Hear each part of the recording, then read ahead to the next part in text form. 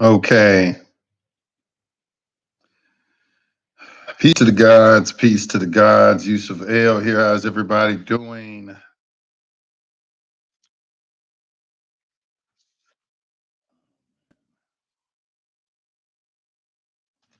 That.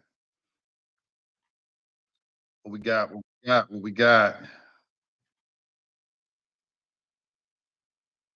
Uh-oh.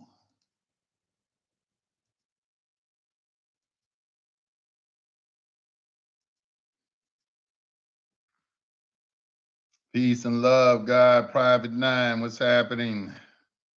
Private Nine, a natural woman. What's going on?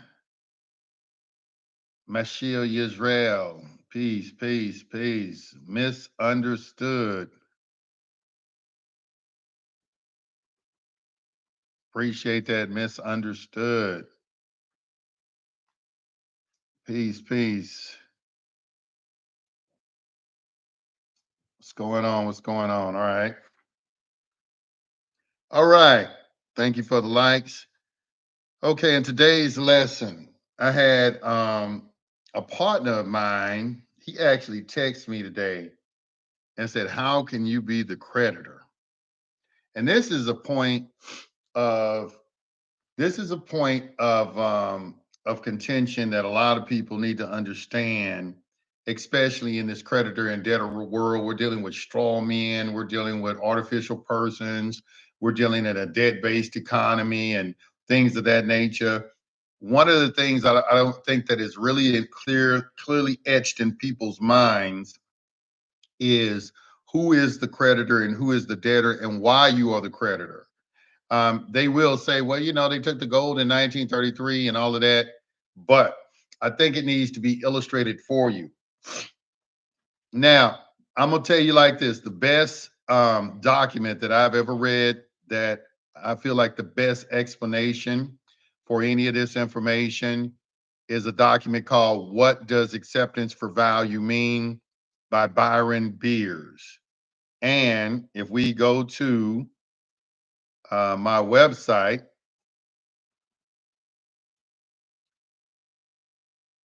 let me put it in the chat. This is the document right here. I want y'all to click on this and open it up and let me know in the chat when y'all have it opened up. I put the link in the chat, open it up, and let me know when you have opened it up.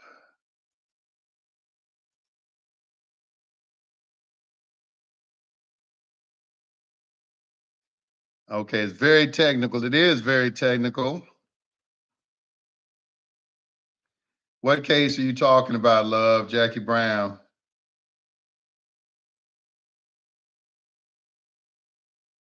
I didn't see what you posted. When you posted the case, I didn't see it.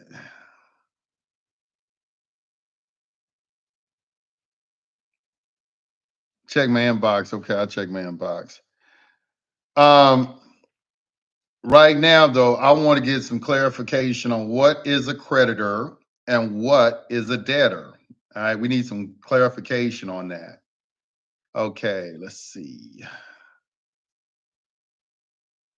Okay, good. Y'all got it open. All right. What is a creditor? Now, this is what is acceptance for value. What does it mean? This document is also a document I had when I very first started learning this information. This was among some of the very first documents that fell into my hand.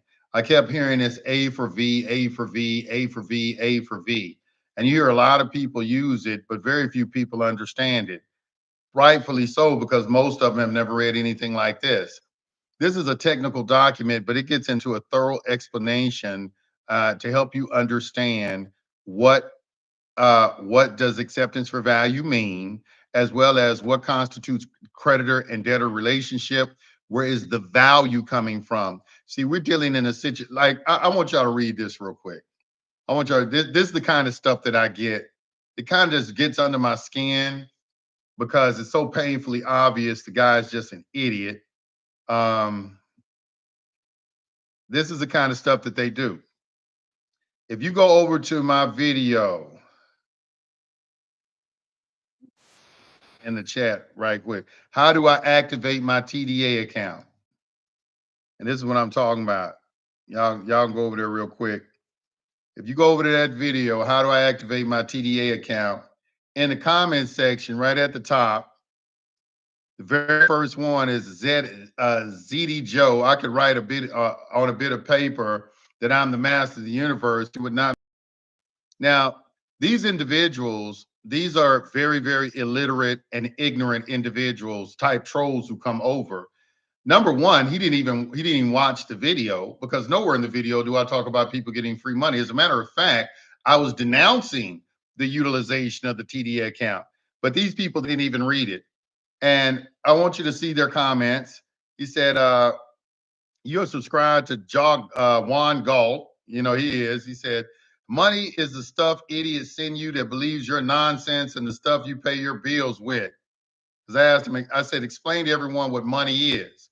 Everyone would wait for the idiotic response. I should have said idiotic. Wait.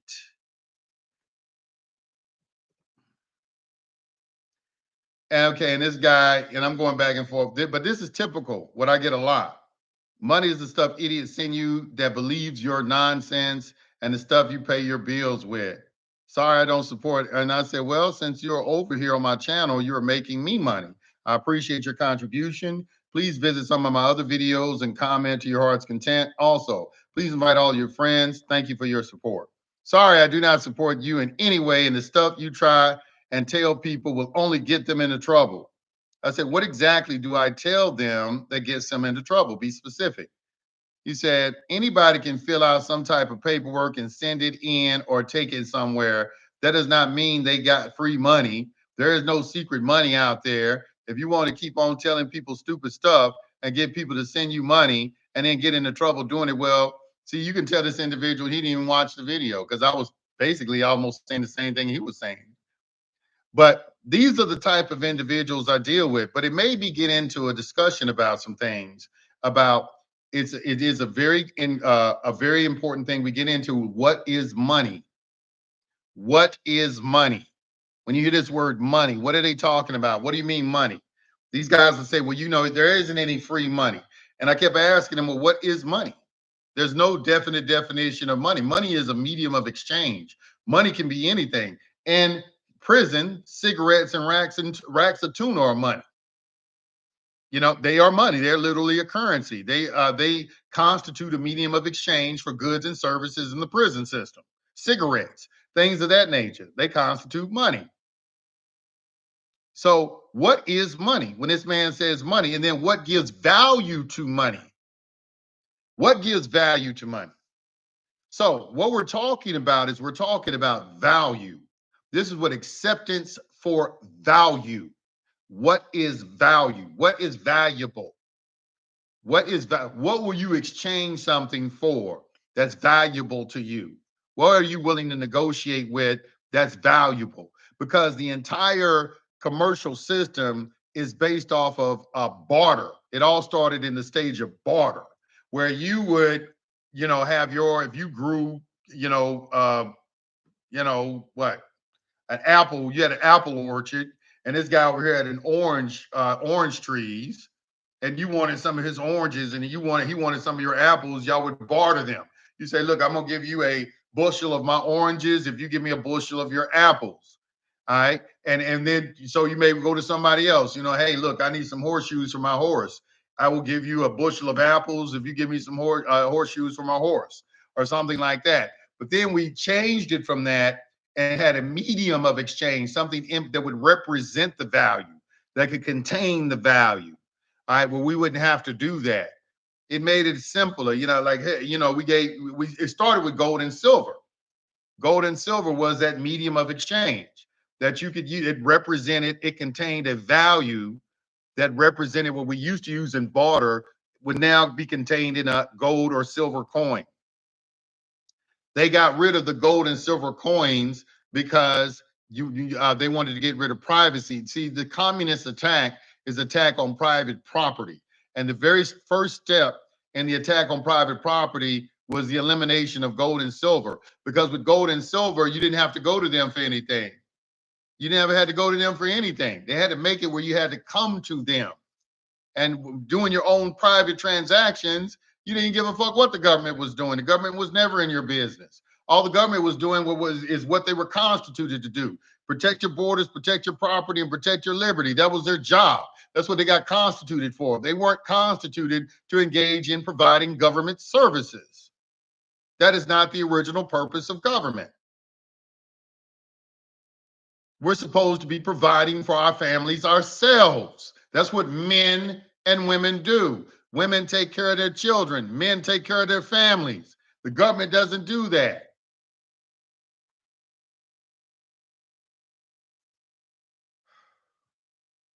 So, this individual, they want to talk about what is, you telling people that you can get free money. This is what they believe.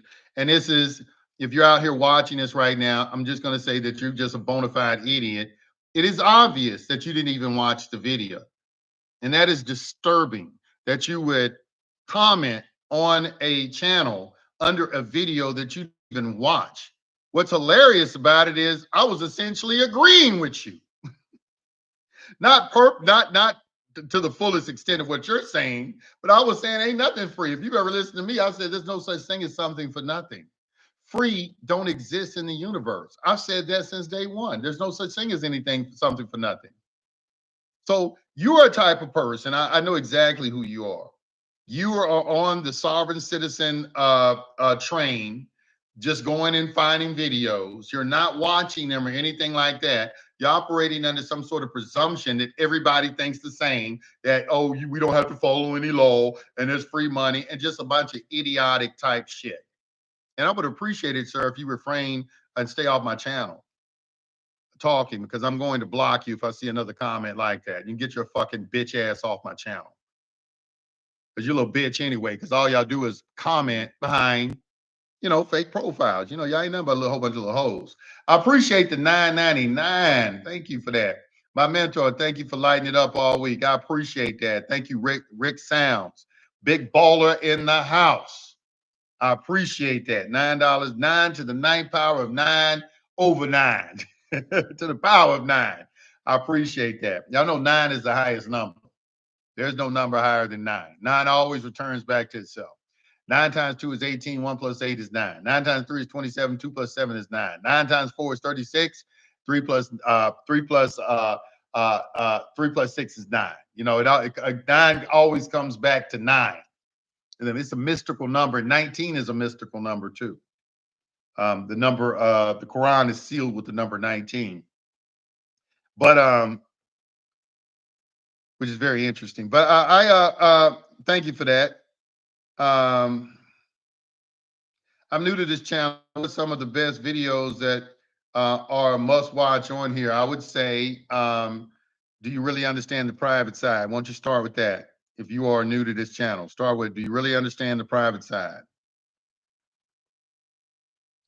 Now, I didn't say 9. I didn't say 9 plus 1. I said 9 times 1. 9 times 1, 9 times 2, 9 times 3, 9 times 4, 9 times 5, 9 times 6, 9 times 7. See, here go this dude. This again, he just, here comes the Zionist guy, Sean Hawkins. He's a Zionist. I know you're a Zionist. He said, I proved you wrong in one of my live streams. Man, you ain't proved nothing. You're not intelligent enough to prove me wrong, sir. You don't possess the requisite intelligence to prove me wrong, sir. I know you Jewish people like to think that you're always the most intelligent people anywhere you go, but that is not true. When you look at my people who built the pyramids and did a lot of things in Egypt, when you look on the walls, you can see that we are the ones that laid foundations for civilization, and your culture has borrowed almost everything from that civilization.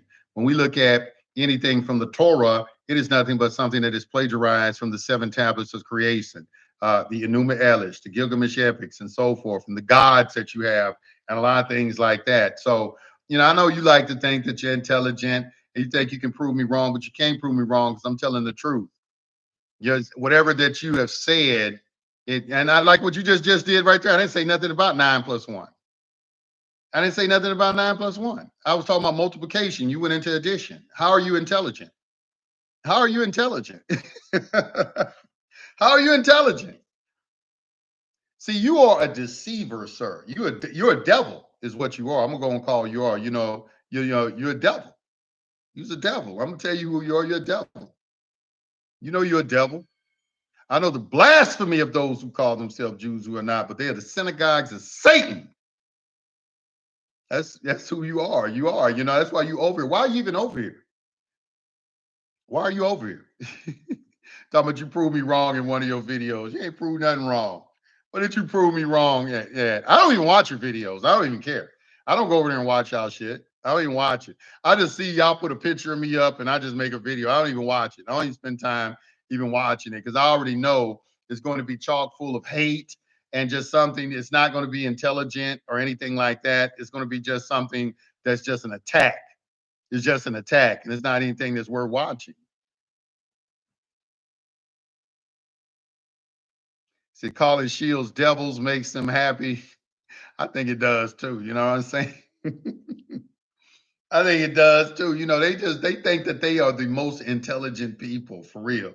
That is what I see, see from them. There's nobody else who possesses any intelligence or anything like that. They just always the smartest people in the room, and things like that. And it's like the things that I'm talking about, a seventh grader can understand. I'm not talking about anything deep. He's talking about you prove me wrong. Okay, you're gonna prove me wrong. That let's list some things, y'all. Okay, what do we talk about on this channel? And let's see if these things can be proven right. Okay, of course, the number one thing we talk about on this channel is there are 4 rules. I'll talk about 4 rules of the game. There is no money. There's a public and a private, and they don't mix. You have to be honorable in all your dealings and don't participate in public controversy. So let's look at these first. Let's start. There isn't any money. Okay, if we go to the Federal Reserve right here, and and this is their document. That shield that was just in my, because this is the Federal Reserve of Chicago, modern money mechanics.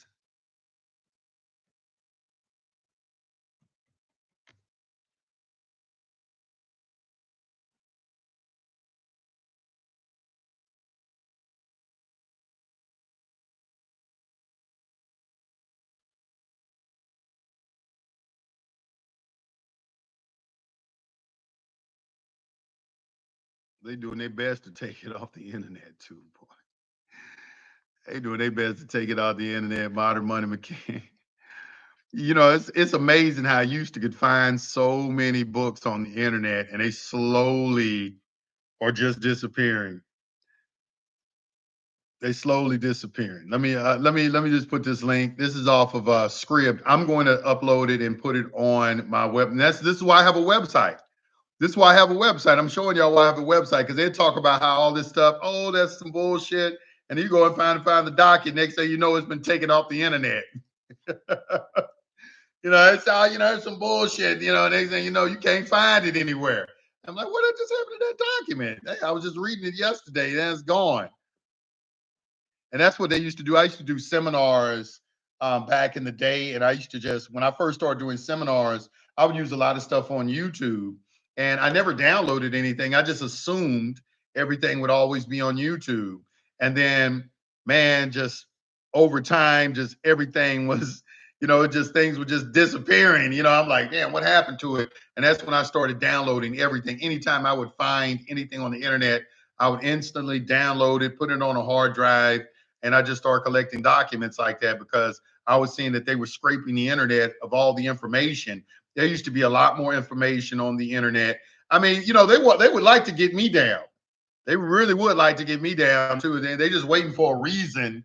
Right now, I don't think that they're going to do it because of with this Israeli-Palestine conflict. They under the microscope. They under a microscope real hard. People are, that everybody's kind of noticing the fact that they try to suppress people from talking and, and things like that. And there's so much information starting to come up. They're calling it like anti-Semitic, but really what it is it's like, people are starting to kind of wake up a little bit like, hey, this is not anti-Semitic. Nobody for telling the truth about something.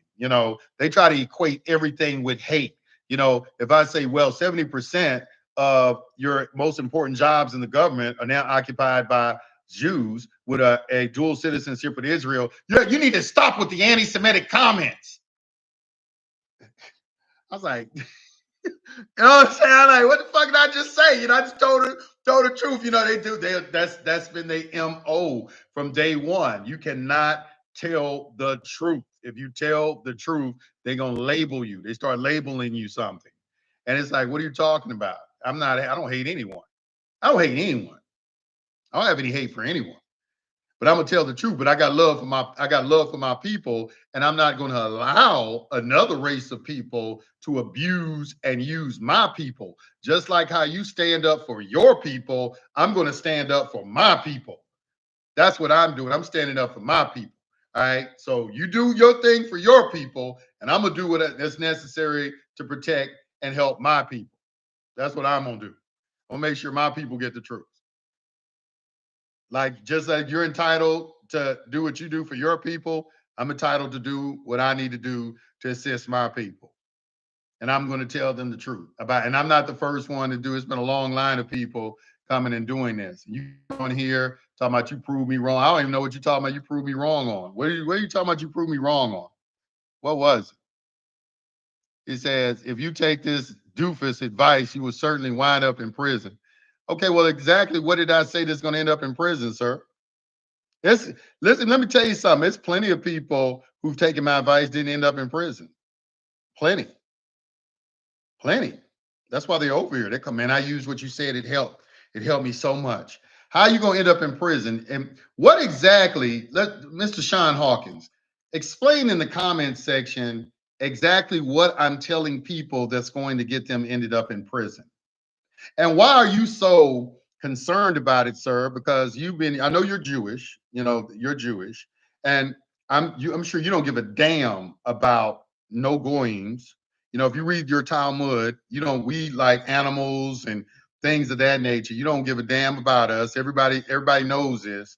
So what is the concern that you have for goyim? If I'm giving them information that's going to put them in prison, we already see you're feeding our people drugs. That puts them in prison. Why are you not talking about that? That's putting them in prison at a high rate. They're getting alcohol, they're getting drugs. You put on welfare, all kind of things like that. If you're so concerned about my people, sir, or the things that I'm saying that's going to get them arrested, isn't there a lot of other things that are putting my people in jail at a high rate other than something like what I'm talking about right now on this channel? Wouldn't you agree with that? There are a lot of other things that's putting us in prison at a much higher clip than anything that I'm saying on this channel.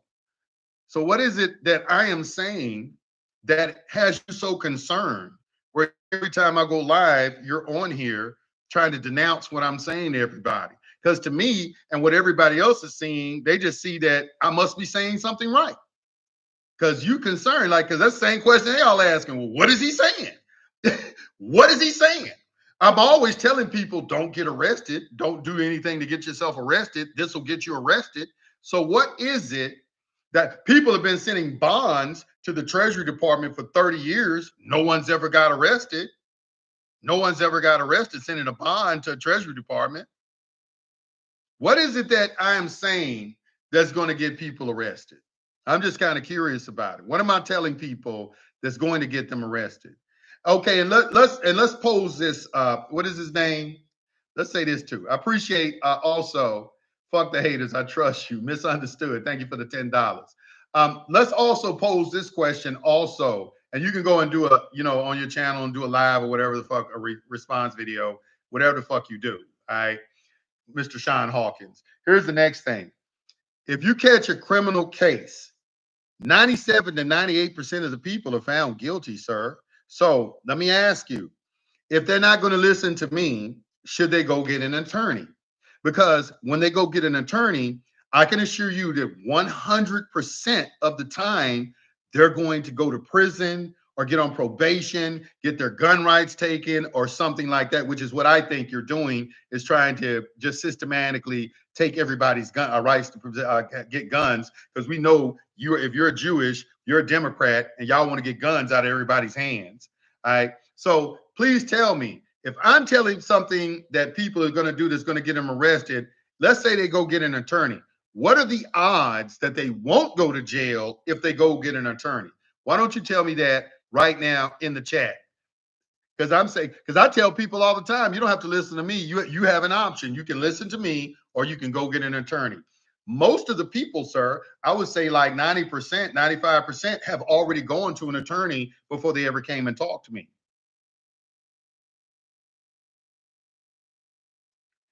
I should no, don't play that game, sir. I'm just saying, you saying that I'm telling people things that will get them arrested. So is your advice, ignore me and get an attorney. Don't play any games like I should go get an attorney. No, we're not talking about me. You've made a statement that the things I'm telling my audience is going to get them arrested. So what I'm saying to you, it's just a simple question, sir. You're an intelligent guy, right? You're a super intelligent guy. This is what Hitler was talking about when he was saying, you talk to people, you can't never get a straight answer. That's what he was saying. You're wiggling while you never give a straight answer on anything. Y'all can read Me and Cop and you can see, I'll show y'all where he said that. He said, when you talk to these people and you're trying to get an answer, you never get a straight answer. So let's try it one more time. Okay, real easy. Should they listen to me or should they go get an attorney? That's an easy question.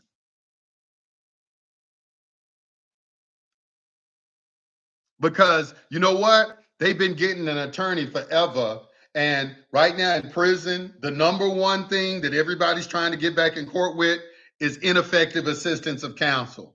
That's the number one. Any guy in prison will tell you that. You go to the law libraries, they're full of individuals who had representation, where the attorney didn't form an objection or threw them under the bus or did something like that. So tell me right now, people shouldn't listen to me in the first place, but yes, if you are in legal trouble, you should get an attorney. Okay, now, so he's saying, yes, we should get an attorney. Now, everybody in the audience, who has dealt with an attorney before and got any kind of assistance with the help of an attorney? Tell this man, let you explain it to him. I don't need to explain it to him. Explain it to the man what happens when you go get an attorney. I'll tell you, sir, it's a script. It's a script. Okay, here's the script. You go get an attorney. All right. Next thing you know, they take your money. And then 8 months later, they talk about what they're going to help. They don't file any paperwork.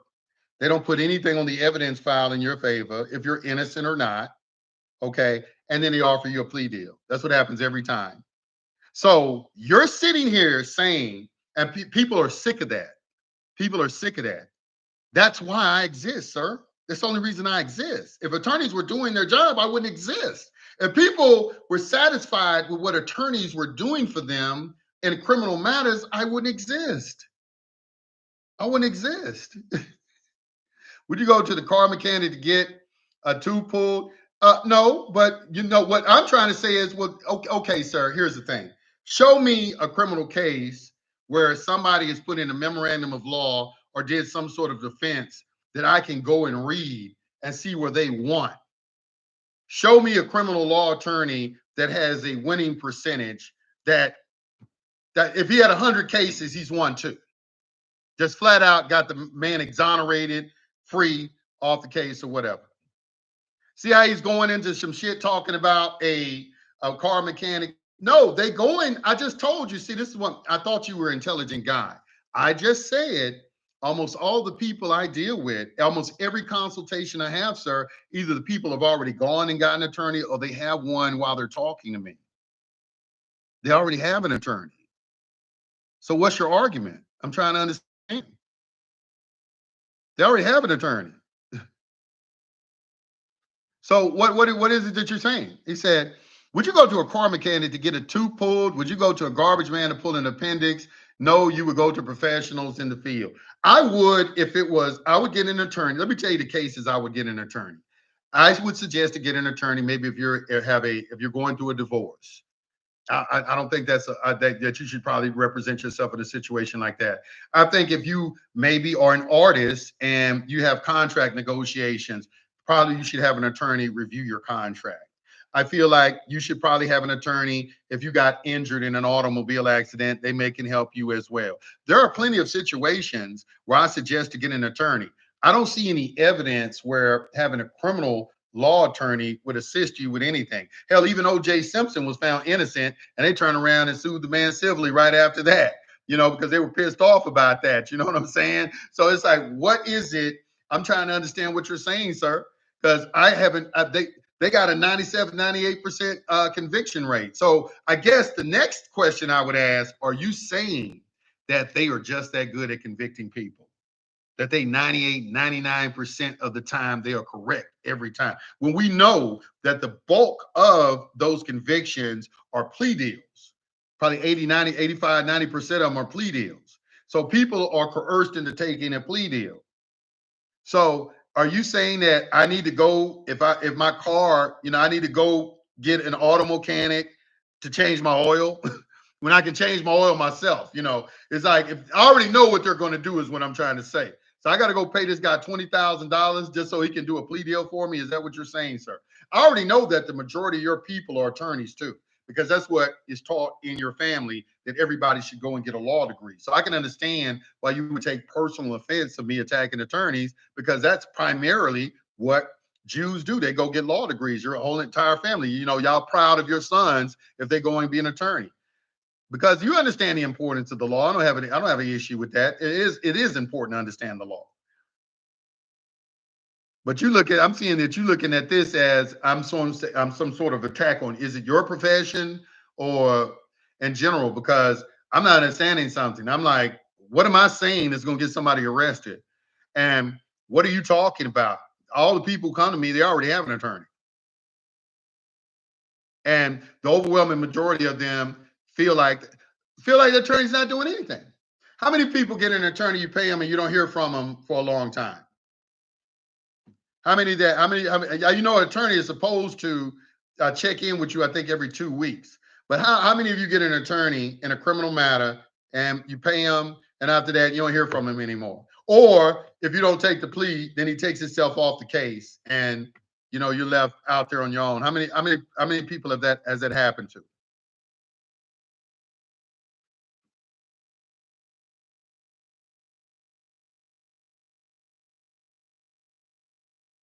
And so I got a speeding ticket the other day that says I have 15 days in. And see, this guy right here, I'm sitting here talking about something. He want to talk about a speeding ticket. See, that's a troll. That's a troll, because they're not respecting what we're talking about right now. He's talking about speeding ticket. I got a million damn videos on here talking about what to do on a speeding ticket. What the fuck are you asking me about a speeding ticket? Go to one of the videos I got already that I've talked 1,000 times on what to do to a speeding ticket. Right now, we're talking about something else. So just remember, people, when you lose in court because of this clown's advice, remember, okay, so when they lose in court because of the attorney's advice, what is it then, Mr. Hawkins?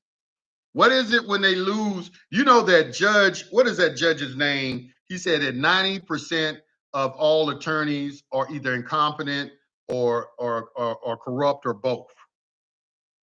Judge Warren Berger. He said 90% of attorneys are corrupt or incompetent or both. That's one of your own said that, sir. I'll dig it up for you. I know you want to see it. I'll dig it up for you. I'll have it for you. I need to dig it up anyway.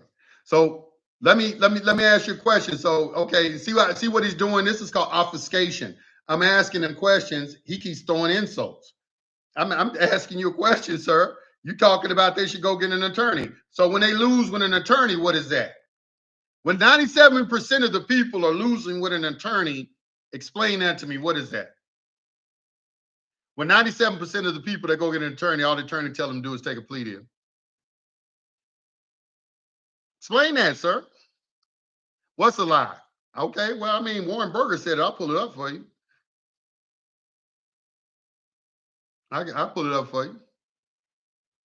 You did come in hot. Come on, man. Give me some answers, man. I'm trying to get some answers, man. I'm asking this man simple. These guys are so intelligent, but they can't answer the simplest of questions. They start obfuscating and ask your mom. Ask my mom. You know, I mean, come on, man. Why are you being all disrespectful and everything, man? You came on to the channel. I'm trying to be respectful. You have said that the things that I'm advising people to do is going to get them arrested. I'm asking you exactly be specific. What am I saying that's going to get people arrested? No, sir. Don't ask me anything personal about me. You tell me. I answer my question. Answer my question. What specific am I telling people that's going to get them arrested? You see what this devil is doing? These how demons operate. And y'all watching it firsthand. This is a devil. He won't back up his claim and win it in court. I never said I won in court. Okay, let's talk about what he just said, winning in court. If anybody has been following me for the last 10 years, have ever said that the object of the game is win in court? The object of the game is to win-win. And when you get to get the case not dismissed, but set off. And when you follow the advice of creditors and their bonds, they tell you on the public record. Let me read it for you. Mr. Shield, listen to what I'm going to say. I know you haven't been following me a long time. This is another example of an individual who doesn't understand anything we're talking about. You just saw the fact that I have a video and you haven't listened to anything that I said. So I'm going to read it for you, okay? I'm going to read it for you. I want everybody to go real quick over to my website, and then we're going to get into this creditors and their bonds. Forgive me, y'all, but I like the challenge of dealing with these guys because they think they're intelligent. And I like to see how intelligent they are. And every time that I have an encounter with them, it just shows that they're not intelligent. It just everything that I've read about them just gets verified. I'm like, okay, I don't see the intelligence. I don't see any evidence of intelligence anywhere. What I see is obfuscation. I see that you throwing insults. I think that, I just see a snake, like a viper. That's all I see is like a viper attack, hatred, and just things like that. I don't see anything. That's what I see when I deal with you. But anyway, if we go to, and let me give y'all the link. I want everybody on this channel, I want you to click on this right now. We're going to read this together because I want y'all to understand. You see what he just said? I've never said what he just said. Never said it. So, and that's what Artie's corporate fiction was doing. He was saying I was charging people for paperwork. I don't do paperwork. Anybody knows, like, I don't do paperwork. I don't do paperwork for anything. I make people responsible. I teach people so they can do their own paperwork. And I teach people principles so they can learn how to do their own paperwork. But they will go over there and lie. Just do a bald-faced lie. He said, oh, you over there charging people for paperwork. I'm like, what? What are you talking about?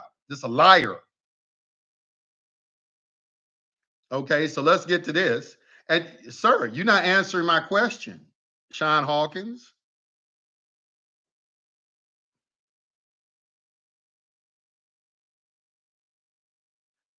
Is what it is. Let's pull this up real quick.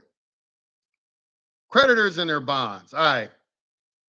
This right here is the first document. This taught me, I don't know who wrote this, but this taught me the game. You can see on this the 4 rules of the game that I just told you from. If you go down to page number 31 of 94, you'll see the rules of the game. The fiction and the real can't mix. The public and private can't mix. Stand on at all costs. There is no money. Do not participate in public plays. That's where I got the 4 rules from. That right there is on page 31. Okay, and let's go down here and let's talk about let's talk about the public defender. If you go down the page,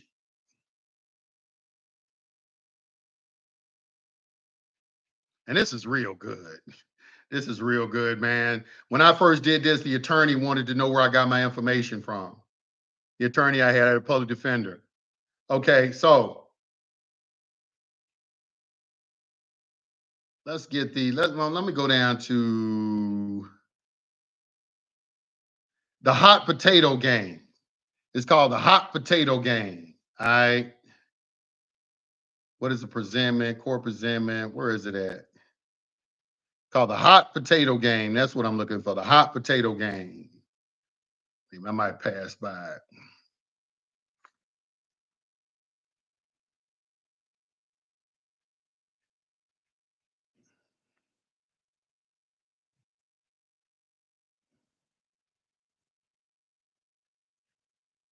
Right there, hot potato game. All right, so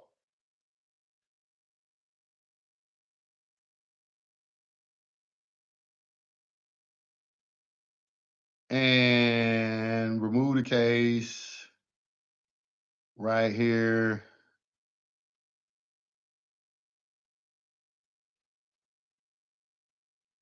This is it.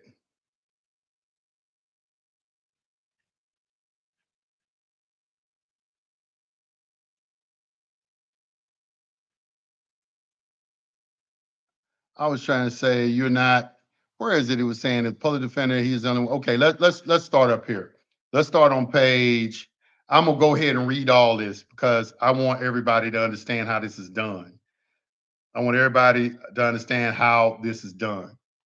Look at this fool. He's sitting there telling me you can access it. This dude is just an idiot. Court process, administrative process. Let's start on page. Let's start on page. Well, fuck. Let's do it. Let's do the whole thing. Shit. Let's just do the whole thing. Let's go through the whole thing. All right. Um,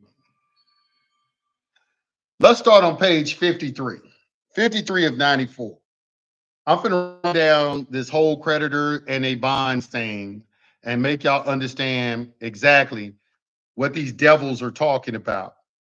What these devils want you to believe is that something appears on the public record. So what they keep doing is they keep saying that show us where you won in the public. We've never said that. Never ever in life. We talk about public and private.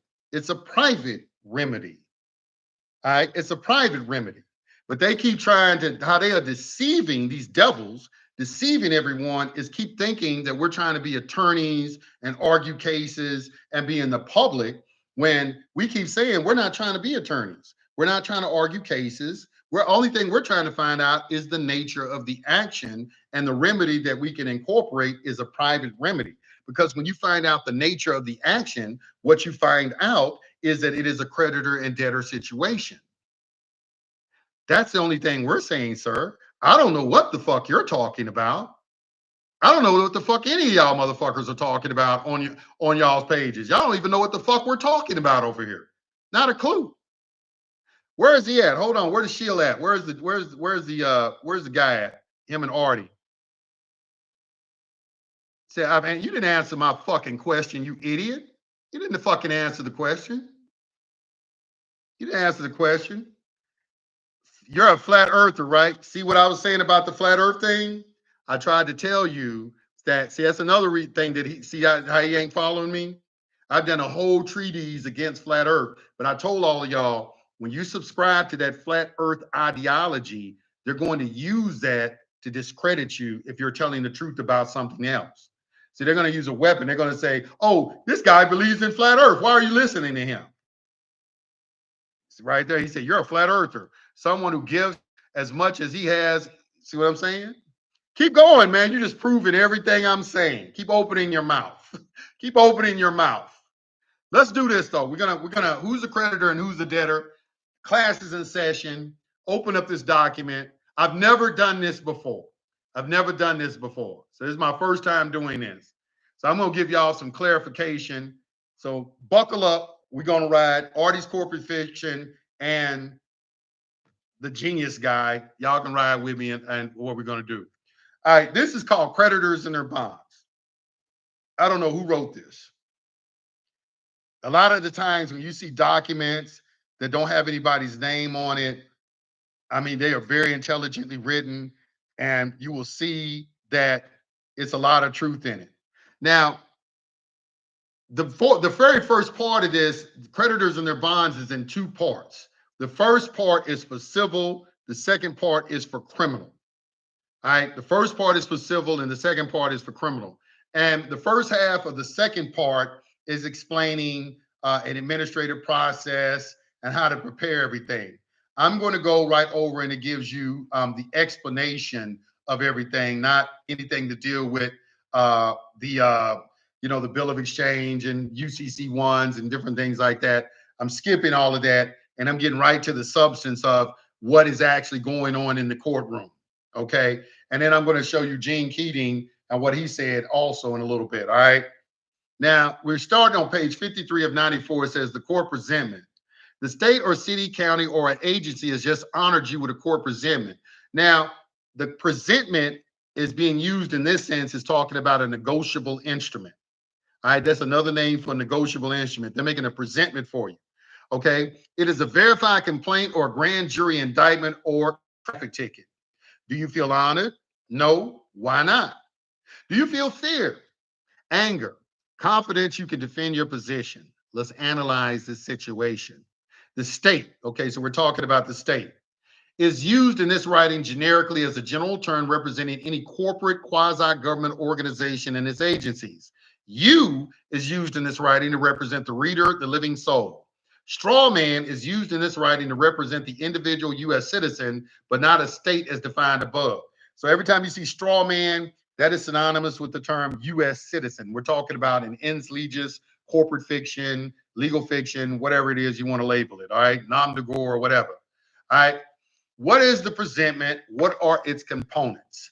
It has your name on it. Now, he's making a reference now. We're talking about an indictment. If you look at the caption of the pleading of the indictment, you'll see your name in all capital letters. So right here, he's saying it has your name on it. Stop.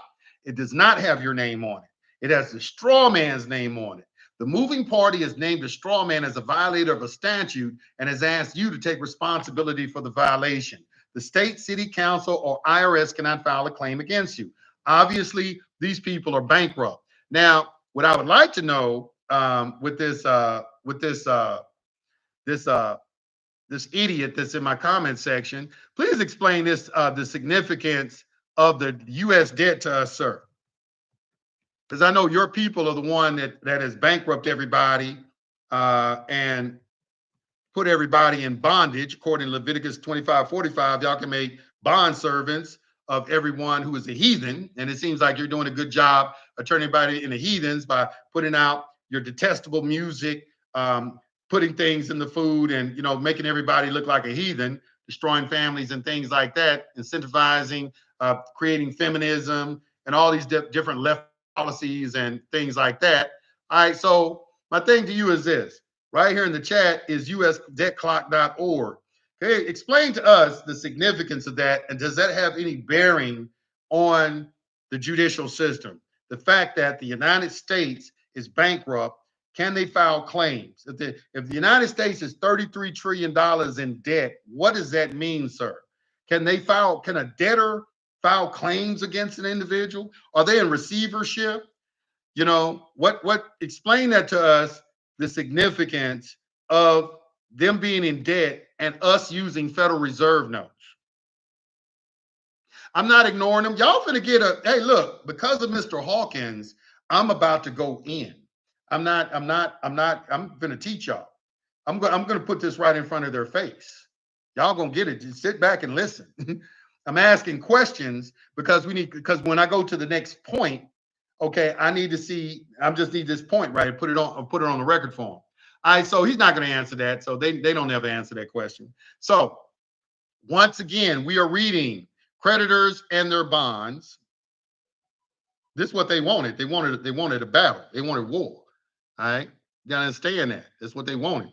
So right now we're on page 53 of 94. And because of that, it takes a long time to go through all this information to get you some understanding of it. But that's what we're going to do. We're going to read this first, and then we're going to switch to their statutes and any type of historical documentation and see if we can find some confirmation to substantiate the things that are mentioned in this document. So it says it is charging the straw man with a violation. Stop. It is establishing value through an index associated with statute violations. This is ingenious. Okay, and what that means is each of the statutes represent money.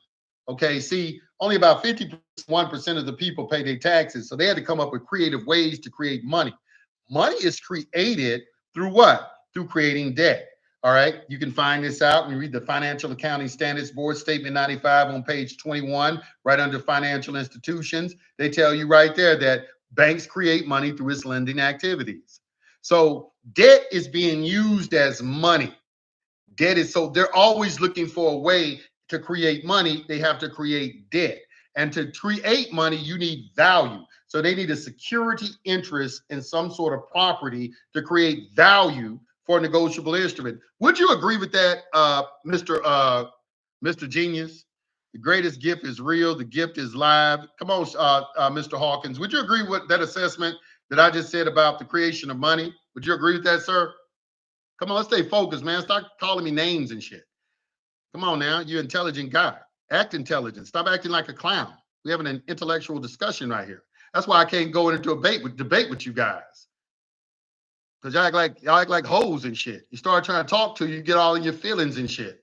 Sit here and have a conversation with me. How is that accurate, what I just said about the creation of money? Or do we need to go get modern money mechanics? And do we need to go get the Financial Accounting Standard Board Statement 95 to substantiate that? Would you agree that debt is being used as money in today's economy?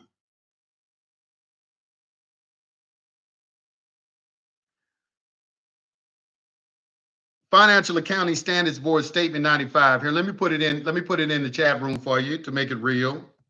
And I'm getting to the answer of your question, sir.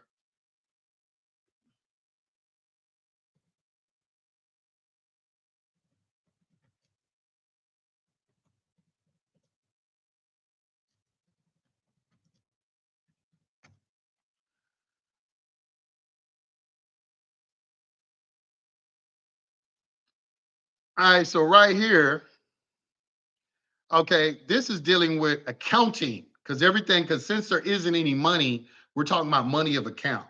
We know when we read the affidavit of Walker Todd, who was an attorney who worked for the Federal Reserve System, he gave an explanation of the difference between money of account and money of exchange. Money of exchange is gold or silver or certificates that can be redeemed for gold and silver. And of course, money of account is anything credit type instruments and what we're dealing with. So right there, that's statement 95. If y'all click on that and go down to page number 21, all right,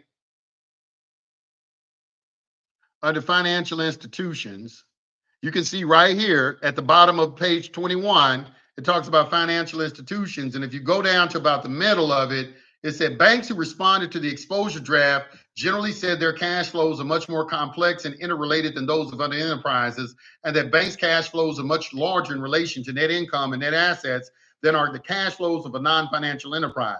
They commented that a bank creates money through its lending activities. That, they said, makes cash the product of a bank's earning activities, just as finished goods are the product of a manufacturer's earning activities. So right here, we have in the Financial Accounting Standards Board Statement 95, in answer to the exposure draft, where banks, just straight up admitted that, we create money through our lending activities.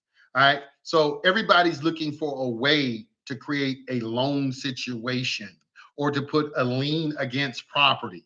Already showed you in OCGA 1711-1 here in Georgia, when they find you guilty, they put a lien against your property. All right. So everybody's creating money. All right. Negotiable instruments are created through lending activities. All right. Where you have to have a security interest in property, whether it be a mortgage on real estate, if it be your car. If you look on the back of a car contract, you got a claims and defense notice that the Federal Trade Commission requires them to put on there. And when you get into a discussion about that, we understand why that's put on there, because the buyer of the automobile retains certain rights in the security. And they wanted them to get rid of that for the investors, but they would have to give full disclosure on their position, and they don't do that. Okay, so these are the things that we're understanding, that then we're going to get into a discussion whether or not a court is a bank, and our courts also engaged in the activity of creating money through lending activities. This is the essence of what we're discussing. If you're an attorney and you're watching what we're talking about right now, and you haven't been able to get clarification on this sovereign citizen ideology that you like to talk about so much, okay, what it's dealing with is dealing with the nature of the system, what happened in 1933 with the removal of gold and the Federal Reserve Act of 1913, and the bankruptcy of the federal government 20 years later, and the introduction of Social Security into the system, and the creation of this association with this U.S. citizen. What exactly is a U.S. citizen, and what exactly is United States? Okay, these are some of the questions that you have to answer and understand what we're talking about before you can get into the discussion. As far as anybody talking about using case law where people won, that's not what we're talking about over here. So you have a misunderstanding of what we're talking about. So you're broaching something that's not even related to what we're talking about, sir. You're broaching a conversation that's not even related to what I'm teaching over here, which is always evident when I deal with individuals like you who do not possess the requisite intelligence to engage me in a conversation because you have a hidden agenda. And that is slander, lies, deceit, and things that serpents and snakes and devils do. I know the blasphemy of those who call themselves Jews. They are not. They're the synagogues of Satan. What did he say? What did Jesus say? Let me read this to him. Let's get this devil up off of me. This devil up off of me. Get this devil up. Let's go to St. John chapter 8.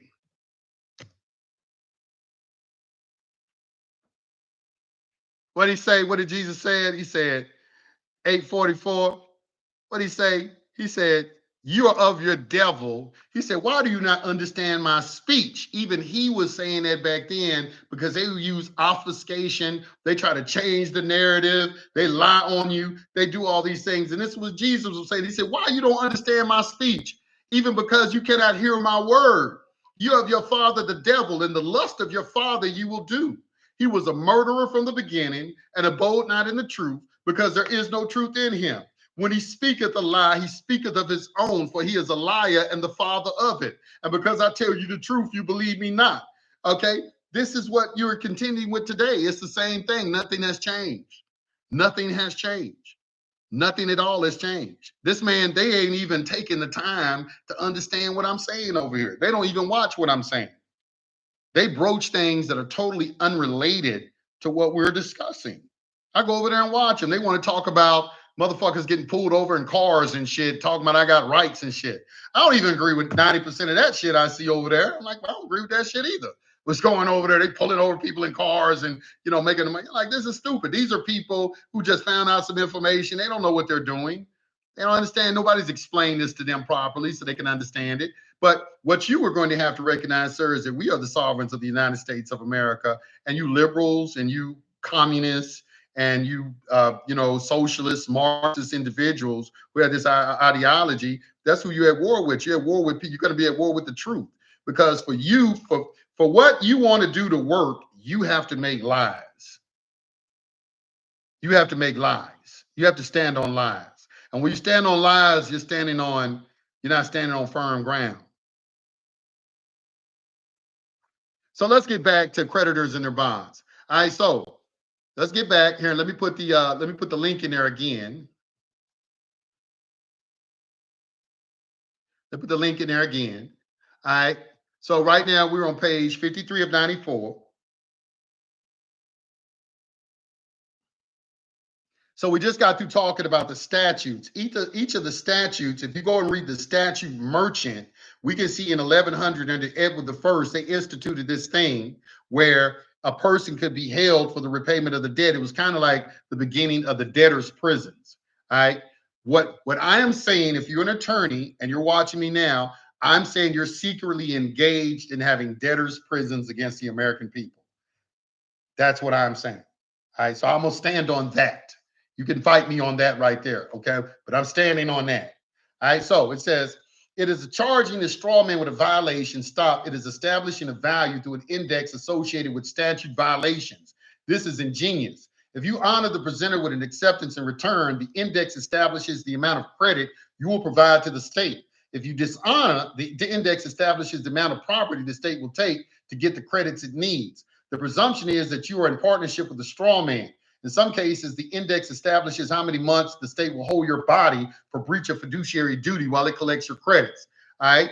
So, in other words, this basically is another way of saying debtor's prison. They're gonna hold your body, okay, while it collects these credits. If you don't willfully give them the credit.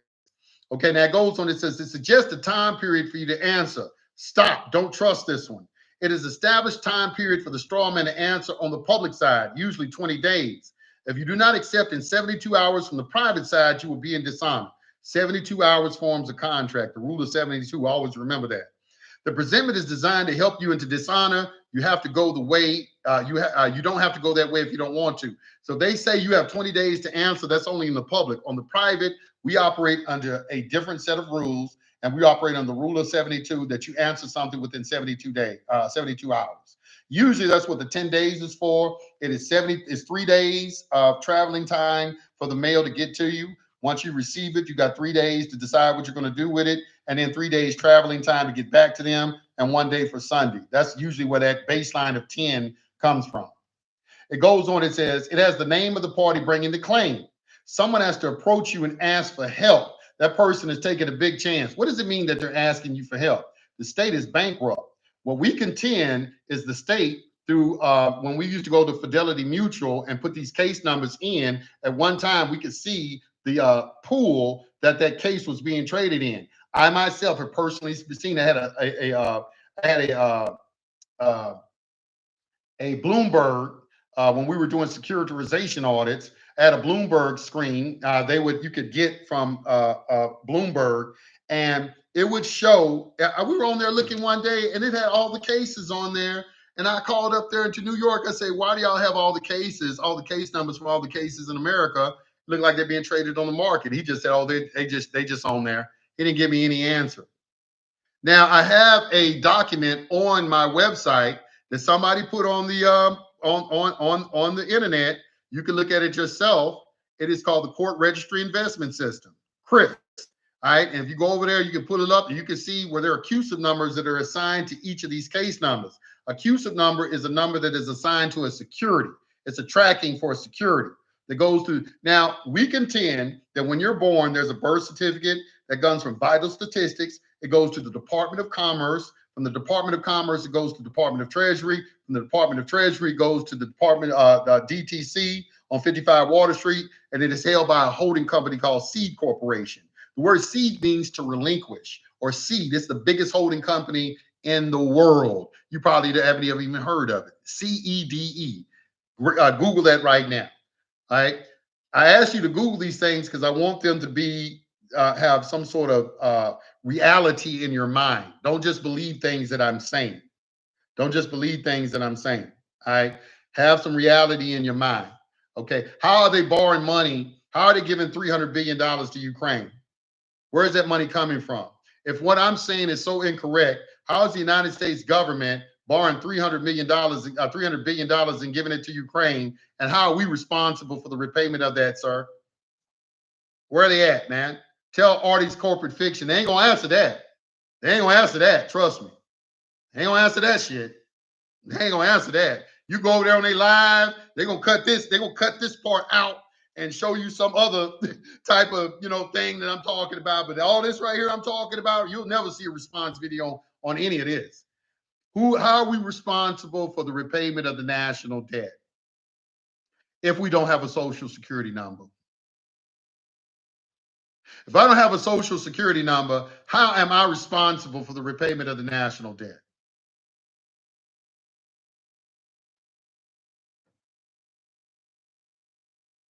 All right.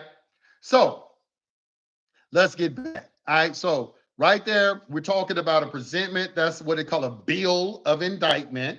And it has a list of charges on it. We know from looking up the word charge in a Black's Law Dictionary, the fifth sense of the word talks about having a lien on property, a charge on property, which is a lien.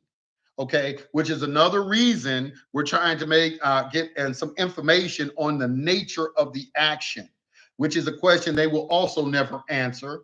They never give you an answer. I've never seen them give an answer.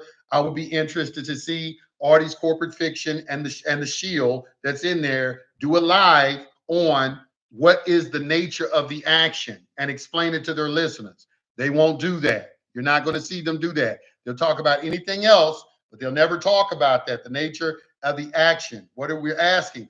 According to the Constitution, there's only four, all right, four natures. We have common law, which if you look in CHISOLM versus Georgia, the Supreme Court justices made that very clear that all the 50 states, all our laws are based on principles of the common law. I don't know why you have a problem with the common law.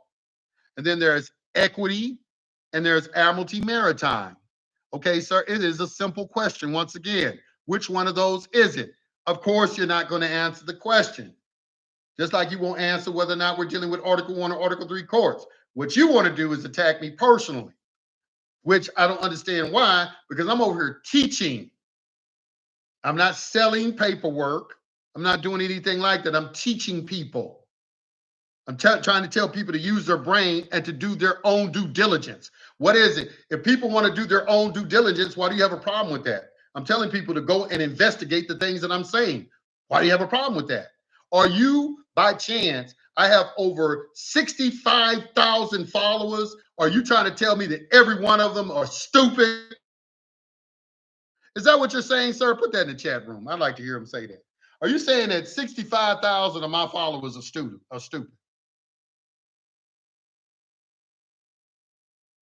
Are you saying 65,000 of my followers are stupid? Every one of them are stupid. I'm some sort of charlatan that possesses some sort of magic powers, that I have some sort of influence over a eclectic selection of people who come from all different backgrounds. Some of them are professionals, some of them are very wealthy, some of them are everybody from the wealthy to, people been in the legal community, people who work for the IRS, tax professionals, all kind of things like that. Are you trying to sit here and say that you're the most intelligent person in the room and everybody listening to me is just stupid? Let's see what he says. I'm kind of where's Artie's corporate fiction? I want to give me an answer to that. Do a response video on that.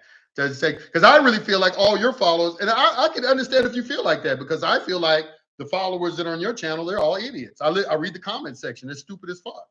You got a lot of stupid motherfuckers following you and shit. I ain't stupid as hell, you know what I'm saying? I don't see any intelligence. Let's keep going. Once again, we are reading from Creditors and Their Bonds. Let's continue with this. All right, so the state through an attorney, okay, say it has the name of the party bringing the claim. Someone has to approach you and ask you for help. That's what the state is really doing when they're charging you for something, because they need to do that to create money.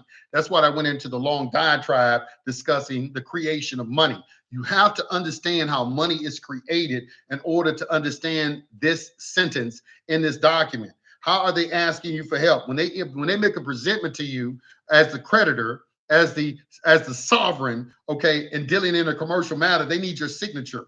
Everything operates in their system by a signature. So by signing his name, he could end up owing the amount the state is asking you to provide. This is usually an attorney. He signs his name to it and becomes the attorney of record for the plaintiff. The state, through an attorney or other officer, has given you a court presentment and request for your help. Options. You have options. You can defend it. This is what they want you to do. They want you to defend it.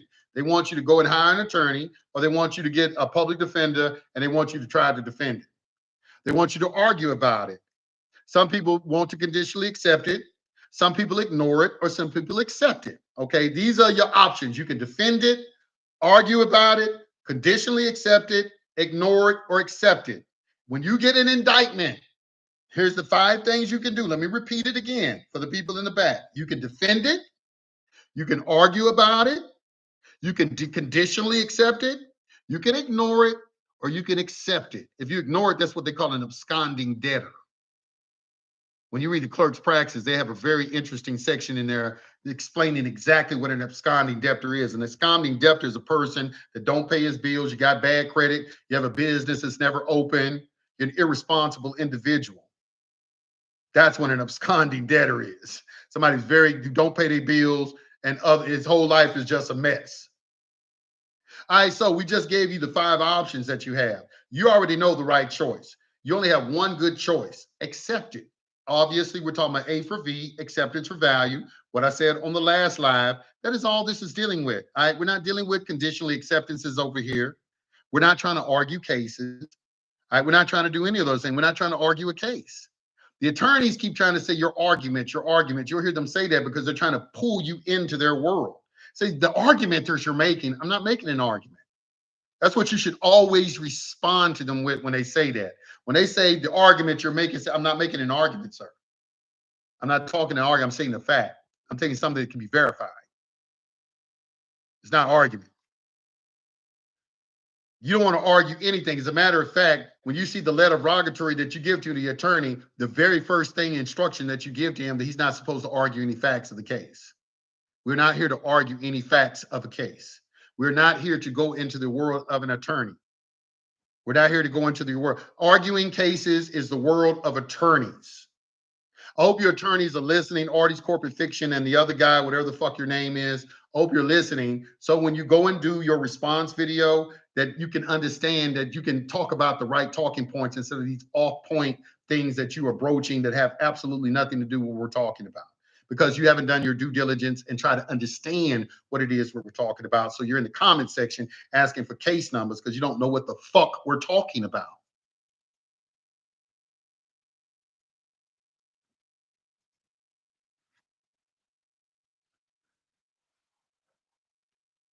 Oh, they liars. I'm gonna tell you straight up. I've studied them. I've dealt with them for a long time. I know their MO. They all follow a script. They all do the same thing. Once you get hip to what's going on in the game, you're gonna see they all follow a script. They all follow a script. It's like a script they got that they like to engage in. He's being quiet right now. He's just sitting back listening to me right now. He ain't talking too much. But that's good. You're doing a smart thing. Listen and learn. All right. So we're gonna go. We have the 5 things. All right. You already know the right choice. You only have one good choice, except if you defend, you're refusing to take responsibility for managing the affairs of your business, the United States. This is when we get into the Trading with the Enemy Act and all of this kind of stuff. Whether you wanted to admit it or not, the U.S. is your creation. It continues in business because you authorize it. If you argue, you are in controversy with your own business managers. Also, in the 14th Amendment, public debt shall not be questioned. As a 14th Amendment citizen, you can't even question the debt.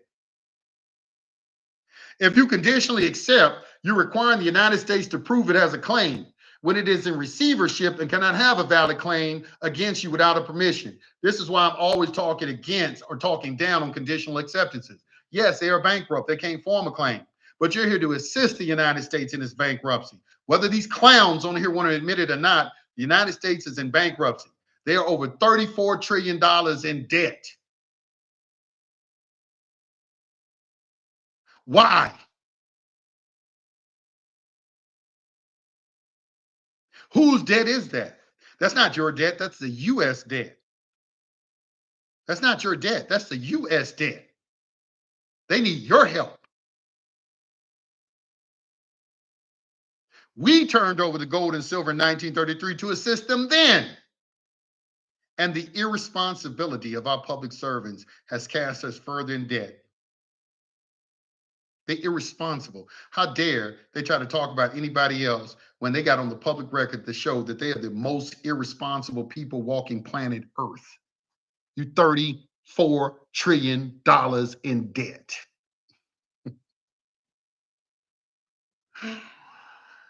This is funny.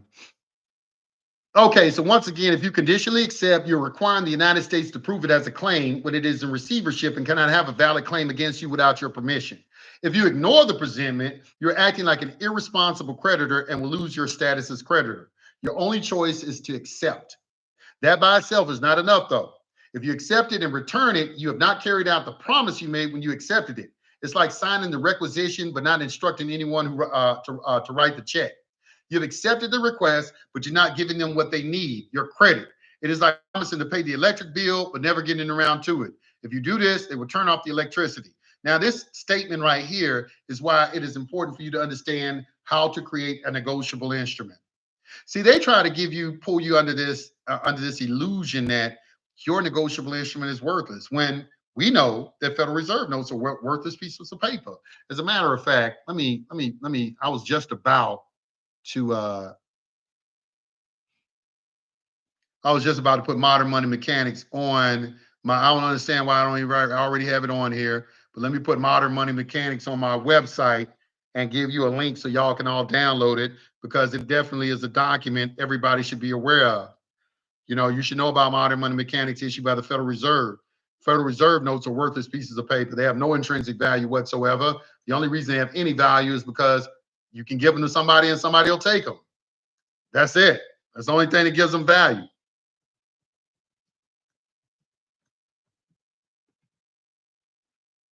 And you can read the affidavit of Walker Todd, who worked for the Federal Reserve, who also co-signs what I just said. He's an expert witness. He served as an expert witness in the case. I don't know if I have him on here. I need to put him on here too, as a matter of fact. Where is this thing at? Okay, let me put this on here. Let me upload this real quick and just give y'all this modern money mechanics because y'all need this, because everything I'm saying, I got to take time to verify with some sort of authority on what I'm talking about.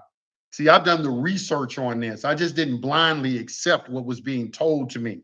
That's what I'm trying to demonstrate to you right now. Because see, you got to deal with people like that in the chat room. And when you start dealing with people like that, what they're doing, even though it might not affect me, there are other people who are listening. All right. And that is who they're after. They're after the minds of those individuals. Don't listen to him. He's going to get you arrested. You know, that's the first thing somebody told me the first time I got involved in this. Don't mess with that information. Don't mess with that information. You better leave that white man stuff alone. Don't mess with that. I'm trying to tell you. You boy, you gonna get yourself in a world of trouble messing with that stuff. And I was like, really? I was like, wow, what is the UCC? They said, oh, don't mess with that UCC stuff. That UCC is from the devil. You don't want to get involved with that. I was like, wow, really?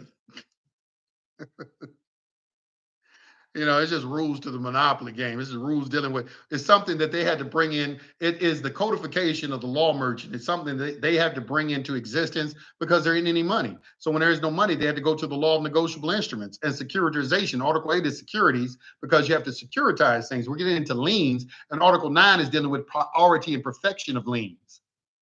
This is what their whole system operates off of. For them to sit there and try to say that the UCC has nothing to do with this, when it is very clear that it has something to do with any type of situation where there's a creditor and debtor. And hell, sir, child support is a creditor and debtor situation. It's a debt collection. It's just crazy. Some of the things y'all say just kind of trip me out. All right, but let me upload this real quick. I'm waiting on that. Let me see. Yeah, that's what I said too. But they got them, man. Listen, man, they got people. Listen, I've been doing this a long time. They got people, they got a lot of people working with them. They organize too. They're gonna be on any channel that's talking like information like this. They're gonna be on there, man. They're gonna be on there in force. I'm trying to tell y'all, they've been doing this a long time. All right, so let me put this in modern money mechanics. There it is. Modern money mechanics. Upload this. I'm gonna put this link. Get this document and download it to your computer, because they are scraping the internet of all type of information. They're changing the search engine in Google where Google doesn't pull up certain stuff. All right, they're doing all of this. I've been doing this a long time. I can see it. If you're new, you don't. Obviously, if you're new, you don't know that. But I've been doing this for 20 years, and I've been just watching it progressively change just over time. How information is just steadily more and more. It's more difficult to be located on the internet, even though they try to say it's garbage. This is garbage.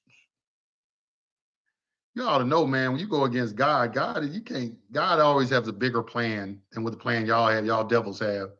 God always has a bigger plan. Always has a bigger plan.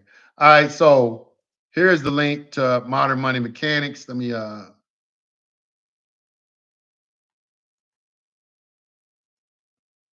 right, so I'm in the chat right now. Y'all can download Modern Money Mechanics right now. Download that. There's a link for it in the description in the chat room. Click on that, and you can download Modern Money Mechanics. And you can see after it downloads to your computer, this is put out by the Chicago Federal Reserve Board. Modern Money Mechanics, and it talks about money. So right here, what is money? Like I had this dude, he just was talking, what is money? You telling people that they ain't, you telling people there's a secret account with money. That's another thing why I stay away from that TDA stuff. But the longest, you teaching people there's a secret account with some money on it. This is what they believe. Isn't any money. Why would I teach you there's a secret account with money in it Well, my first rule is there isn't any money. Money is created through value and interest in things, or what you term money. If money is viewed simply as a tool, okay, that's right here on page 1. What is money? If money is viewed simply as a tool used to facilitate transactions, only those media that are readily accepted in exchange for goods, services, and other assets need to be considered. Many things from stones to baseball cards have served this monetary function through the ages. What I was talking about the barter system earlier. Today in the United States, money used in transactions is mainly of 3 kinds: currency, paper money, and coins in the pocket and purses of the public; demand deposits, non-interest bearing checking accounts in banks, and other checkable deposits such as negotiable order of withdrawals, NOW accounts, at all depository institutions, including commercial and savings banks, saving and loan associations, and credit unions. Traveler checks are also included in the definition of transaction money.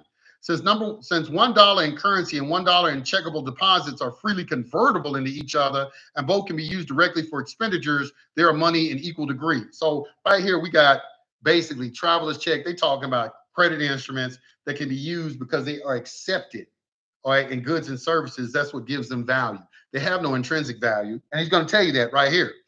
He's going to say it. He's going to say, however, only the cash and balances held by the non-bank public are counted in the money supply. Deposits of the U.S. Treasury, depository institutions, foreign banks, and official institutions, as well as vault cash and depository institutions, are excluded. This transaction concept of money is the one designated as M1 in the Federal Reserve Money Stock Statistics. Border concepts of money, M2 and M3, include M1 as well as certain other financial assets, such as savings and time deposits. Let me skip that down to page 2. All right, what makes money valuable? Y'all can read that. In the United States, neither paper currency nor deposits have value as commodities. Intrinsically, a dollar bill is just a piece of paper.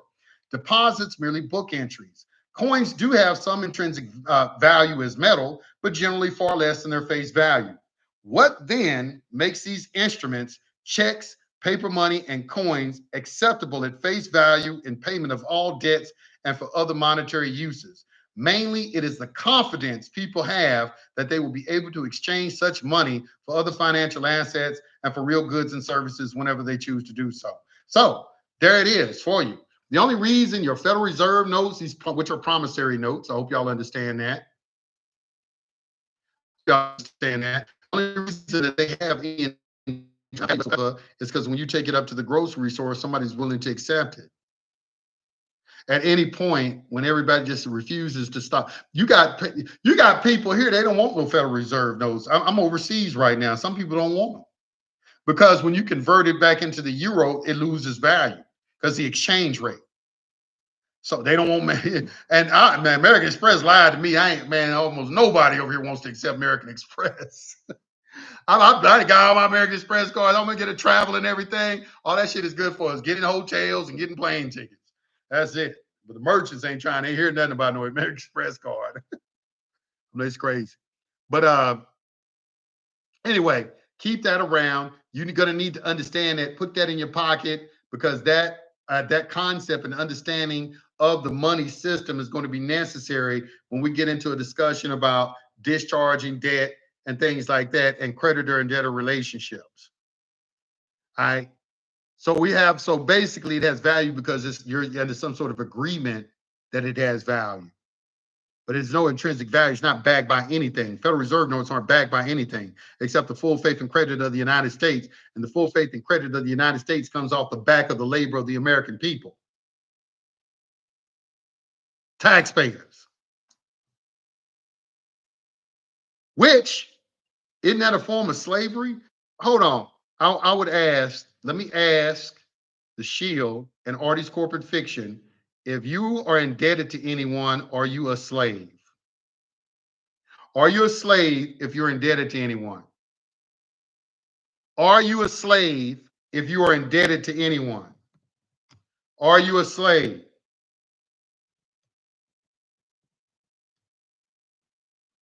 Are you a slave?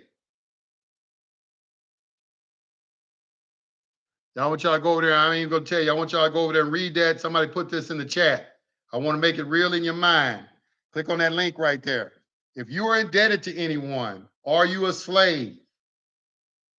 If you're indebted to anyone, right there in Leviticus 24, what is a bond servant then? If we read Leviticus 25:45, let's read that real quick. Because you know, this guy's a Jew, they follow the Torah. Okay, have them explain this to you. All right. Leviticus 25. Leviticus 25. I'm asking you this question now. It's straight out the Bible. Let's start at 42. For they are my, it says, for they are my servants which I brought forth out of the land of Egypt. They shall not be sold as bondmen. Thou shalt not rule over them with rigor, but shalt fear thy God. Both thy bondmen and bondmaids, which thou shalt have, shall be of the heathen that are round about you. Of them shall ye buy bondmen and bondmaids. Moreover, of the children of the strangers that do sojourn among you, of them you shall buy, and of their families that are with you, which they beget in your land, and they shall be your possession. And you shall take them as an inheritance for your children after you, to inherit them for a possession. They shall be your bondmen forever. But over your brethren, the children of Israel, you shall not rule over one another with rigor. Now, when I start studying this, I start seeing a very sophisticated form of slavery. I saw a very sophisticated form of slavery being used through the markets, you know, and security interests. And that's how you've been able to put people in slavery. They say the best kind of slave is a person that don't know they're a slave. Y'all heard that, right? The best kind of slave is a person that don't know they're a slave. We need to go back to the Willie Lynch letter. And as a matter of fact, I have the Willie Lynch letter on SBC University. I was going to make a video out of it because I think it's about time that we go back and reinvestigate the significance of the Willie Lynch letter. But the thing about it is we're dealing in a situation where we have a nation of people who are in bondage and aren't aware they're in bondage. This is what I'm trying to do, is wake up people and have them understand that you're in bondage and you're not aware of it. Lock up straw man on Investopedia and wax typing Investopedia not allowed in super chat. I don't know what that means. 9.99. Oh, okay. They ain't allowed in super chat. Thank you for the 9.99. Thank y'all for the donations. All right. So right now, okay, understand something. If you the United States is $33 trillion in debt. They're enslaved to someone. Who are they enslaved to? They are borrowing money from the Federal Reserve. Who is the Federal Reserve? And why are they in control of our monetary system? I thought the US Treasury was the one that was our bank for the American people. Who are these Federal Reserve? Why we can't audit them? How come everybody always seems to be the face of it is always a Jewish individual? Janet Yellen right now, she's the Secretary of the Treasury. You know, before that it was what was his name? Forgot every last one of them been Jewish guys. All right, so that's interesting to me, that if you are enslaved to someone is through some sort of creditor and debtor relationship. The United States is $33 trillion in debt, and the only way the United States collects on that debt is through social security numbers of people having jobs. Then by default, aren't people working jobs, paying taxes in some kind of way? Can they be viewed as a slave? A voluntary slave, because it doesn't say, it says involuntary servitude shall not be permitted in the United States. It doesn't say anything about voluntary servitude. So having a social security number, they tell you it's voluntary. They tell you it's voluntary. Having a social security number is voluntary. So having a social security number, isn't that by default making you a slave? If we're going to use that line of reasoning through deductive reasoning, could we agree with that Artie's corporate fiction? Where's Artie at? Where they at? Ain't John Galt, any of them over there? Could we agree? Could we agree with that? Could we agree with that? If I'm wrong, please, if I'm wrong, somebody in the chat tell me I'm wrong. Somebody in the chat tell me I'm wrong. I'm open. If I made a mistake in what I am saying, please point it out. If we just read from the Bible under Proverbs 22:7, where it says, the rich ruleth over the poor and the borrower is servant to the lender. So if our country is being loaned money and they're keeping a track of all the interest, we have, Ronald Reagan did the what did he do? Ronald Reagan did the what was it called? It was called the what was the name of that document? The I don't know why I always forget the name of that. It always seems to slip my mind the name of that document that talks about what was the Grace Commission report. The Grace Commission report right here. Let me put this in the chat. Y'all got new people. I want y'all to download this. This is the Grace Commission report. And we go down to page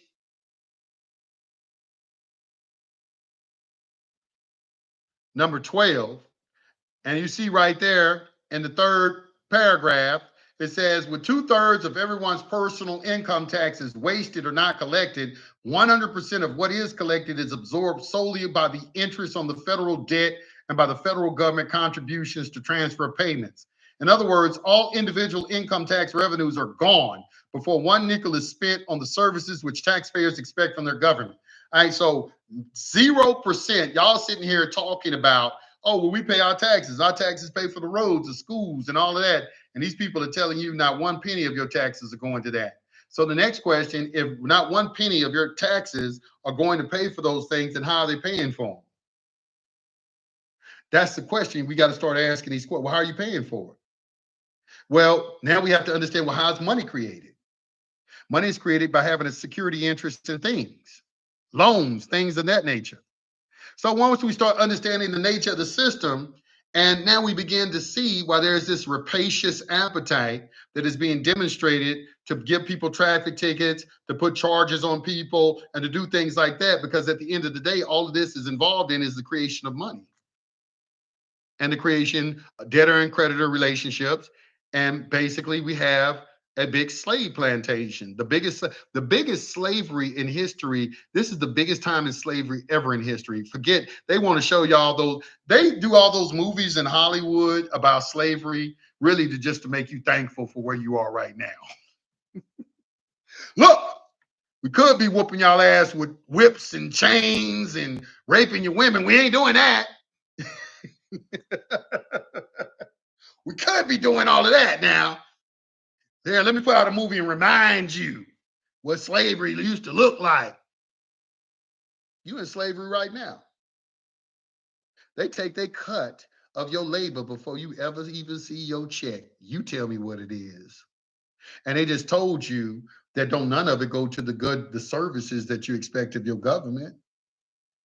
It's going on the interest of the national debt. That's why I'm always throwing U.S. debt clock in your face. You think with 350 million people in the United States and everybody working a job, you think there's enough to stop that clock from ticking right now? We ain't got enough people in the United States working to pay the national debt off.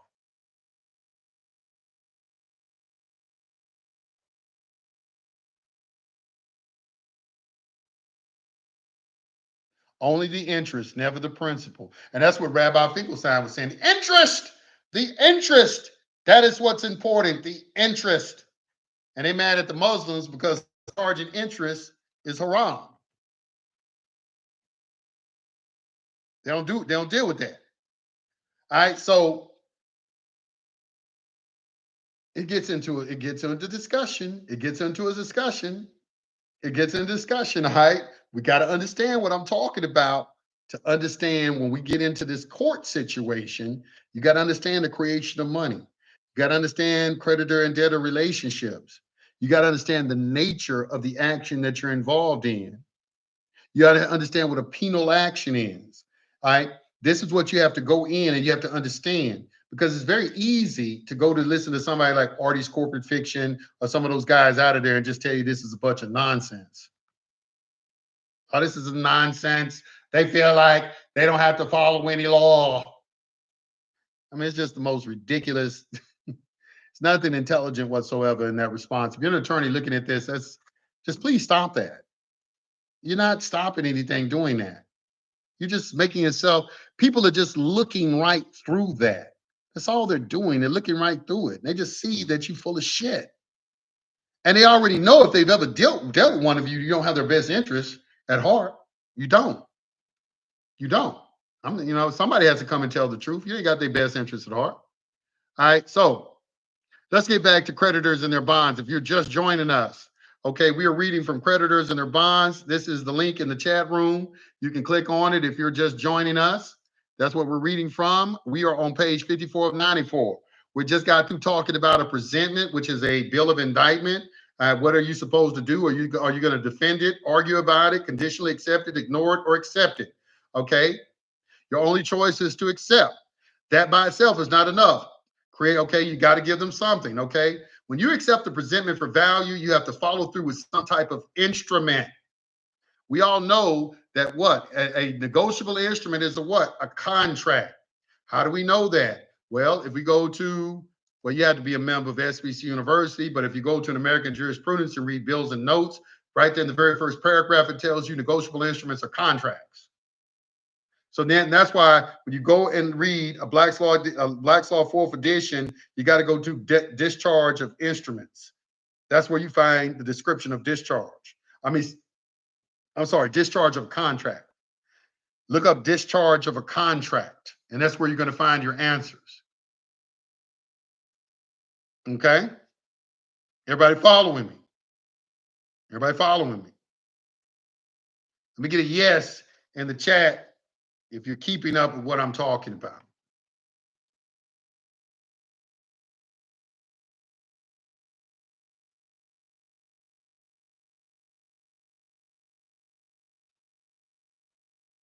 Y'all follow?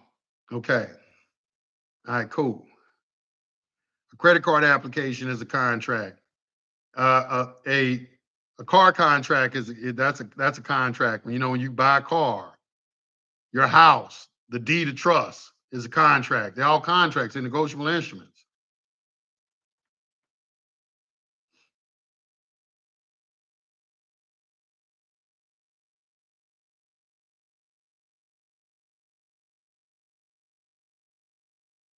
You haven't seen used to do what before?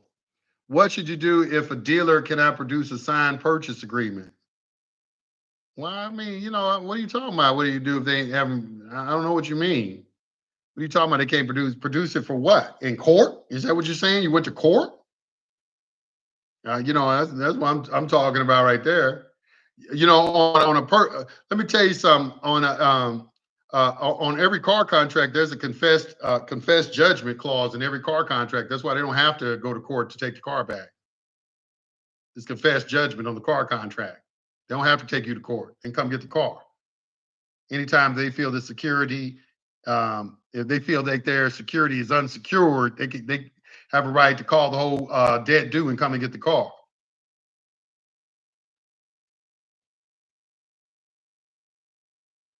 Modern Money Mechanics, you don't have to be a member to get it. I just put it on the PDF section of the website. You don't have to be a member to download nothing I'm telling you. If I'm telling you to go to my website and download something, you don't have to get it now. The American jurisprudence, you have to be a member to get access to that. But any other PDF document, most of the ones I'm talking about, if I'm talking about them, I'm talking about them in a way where everybody can get access to them. Just go over to the website. You don't have to be a member. Just go to the PDF section and download it. All right, so let's keep going. I got to keep going with this. All right, so you need to understand you have to give them some type of instrument. If you do not authorize the state to use your credit to settle the account after you have accepted it, you are in dishonor. If you do not authorize the attorney to use your credit to settle the court account after you accept it, you're in dishonor. The state and attorney will use your dishonor to charge your agents with authority to take the straw man's property, the sheriff, and or your body, bailiff. Either way, the state and the court will get to use your credit. This is where you can go read the statute merchant. The United States and its states are in receivership, so they have no credit of their own. They need your credit, and they will get it. The corporate counties and the cities are in the same dysfunctional situation. They all need your credit. When they ask you for it, give it to them. Follow through with your promise of acceptance and give them the use of your credit to cover the bond, all the charges. Be the creditor you can be and take responsibility. Now, this is the reason why you don't ever fight a case. What he's talking about right here. This is all. Now, he also gets into discussion how it's never going to be on the public record. Everything he's saying is true. So the reason I'm reading this to you is one of the weapons that these attorneys like to use is the fact that, oh, well, show it's in the public record. I don't see no case law. I mean, it's public and private. It's called a private process, which you don't know anything about. So please don't do a response video to it because you don't know shit about the private side. Nothing. You don't know shit about the private side. Not nothing. The discharge of a contract means that the obligation of the contract came to an end. When discharge occurs, all duties that arose under the contract are terminated. Did you pull that out right out of it? Yusuf never tells anyone to pay taxes. He literally says that almost every live. I do. I don't say pay. I don't say pay taxes. I say don't use the word pay. Don't use the word pay. I ain't say pay taxes. Don't take my words out of context. I said don't use the word pay. Use the word set off. What we're doing is called a set off. And when you read discharge of a contract, you're going to see about 14 different things listed under that. And you're going to see one of them is called set off. That's what we're doing. That's what you really should be saying. You shouldn't even be using the word discharge. You should be saying set off a debt. That's what the verbiage you should be using for clarification, so your mind will operate the correct way. Because most of y'all minds ain't operating the correct way. Y'all talk about discharge. I remember when that word discharge debt just became like I was around and watched all this stuff just gain traction. Discharge debt. And I just like, these niggas just ran away with it. It just, everything just got out of hand. And that's why I'm trying to reel it back in, because stuff just spread around so much. It's just people are talking about all different types of things, and it's out of control. It really is. Tax avoidance is legal. Tax evasion is illegal. That's correct. I'm not playing the victim. If he didn't call me, I would have heard of this fool. And as for you, what did this nigga say? I'm not playing the victim. If he didn't call me, I never would have heard of this. Nigga, I ain't call you. Nigga, I ain't call you, fool. What you talking about, call you? Fuck you talking about call you? I ain't call you. I'm go looking for none of y'all. Y'all come looking for me. What you talking about? And you a damn fool if you don't understand the things I'm saying. You just making a public declaration that you stupid as fuck. Now go make a response video. I love it when they make the response videos. When they make the response videos, that's when you can really hear their intelligence. You can just automatically, okay, this nigga he's stupid. You can just really hear it. As soon as they get to talking, you just hear their intelligence. They don't know what the hell they talk. Or you can make a determination. Do they understand principles and concepts? They may have a misunderstanding of a principle of a concept, and then they get to try to explain it and start trying to tell you where you were wrong about something. It's just really, really, really interesting. But anyway, so let's get back. Let's get back.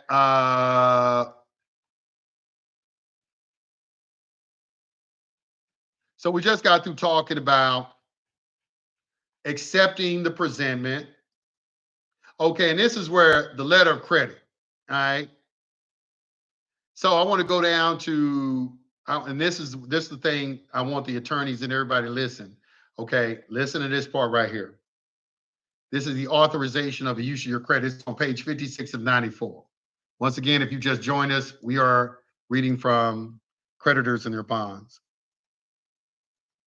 And you're going to call somebody a fool. You don't even understand. I bet you if I engage you in a conversation, I bet you don't understand anything about securities. I bet you don't understand anything about banking. I bet you don't understand anything about public or private. I bet you haven't even ever read the Constitution or anything like that. Have you NCR News Network? Have you read any of those things? Let me click on this picture and see. Can I pull up his let me see if I can pull up his profile. I like to look at these guys' profile. Put a link to your profile in the chat so we can look at your profile. NCR News Network.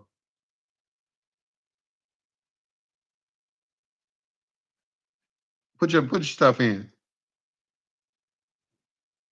No, man, just go in. Put your link to your profile in there. Let us go to your profile and look and see you. I mean, you call yourself NCR News Network, so obviously doing some sort of reporting or something like that.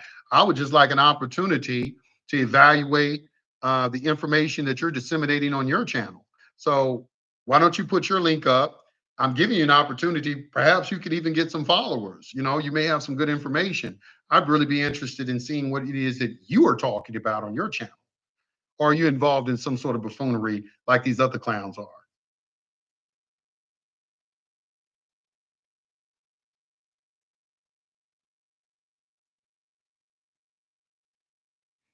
I'll wait for your response. I'll wait for your response. Just looking at your last comment, it doesn't seem to me that you have a good grasp of the English language. Why waste my time on making a comeback video like this, a 2000 rap beef? I mean, I get it. You look like Rook Ross. You know, this nigga can't even talk. You don't even have good. You can't even, nigga, you can't even talk and shit. Trying to call me names and shit. You get the fuck out of here. You sound like a lame. All right, let's get back. Letter of credit. All right, so we're looking at his letter of credit right now.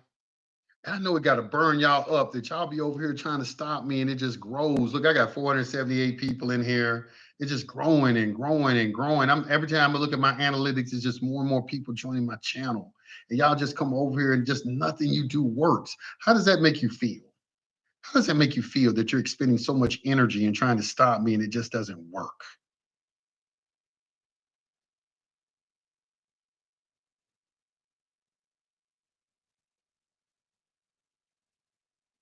It says, after I accepted for value a court judgment and they backdated it to 3 days after the initial judgment date, they canceled all hearings except for one closing comments hearing, and they had that had no effect. And I hear the stories like that all the time. Hear stories like that all the time. I'm just not a person that puts stuff on Front Street, but that's not even what I'm attempting to do. What I'm attempting to do is give you information so you can research it for yourself. So you have individuals like here, this guy right here, NCR News Network. Sir, you can just verify what I'm saying. I'm not telling anybody to believe anything I'm saying. I'm giving them information and telling them how to verify it for themselves. You have a problem with that? I think you should consider the fact that since you've never even taken the time to master the English language, that you should, probably stop and, presume that there are a lot of people in the chat that are a lot more intelligent than you are, because you haven't even taken the time to understand grammar.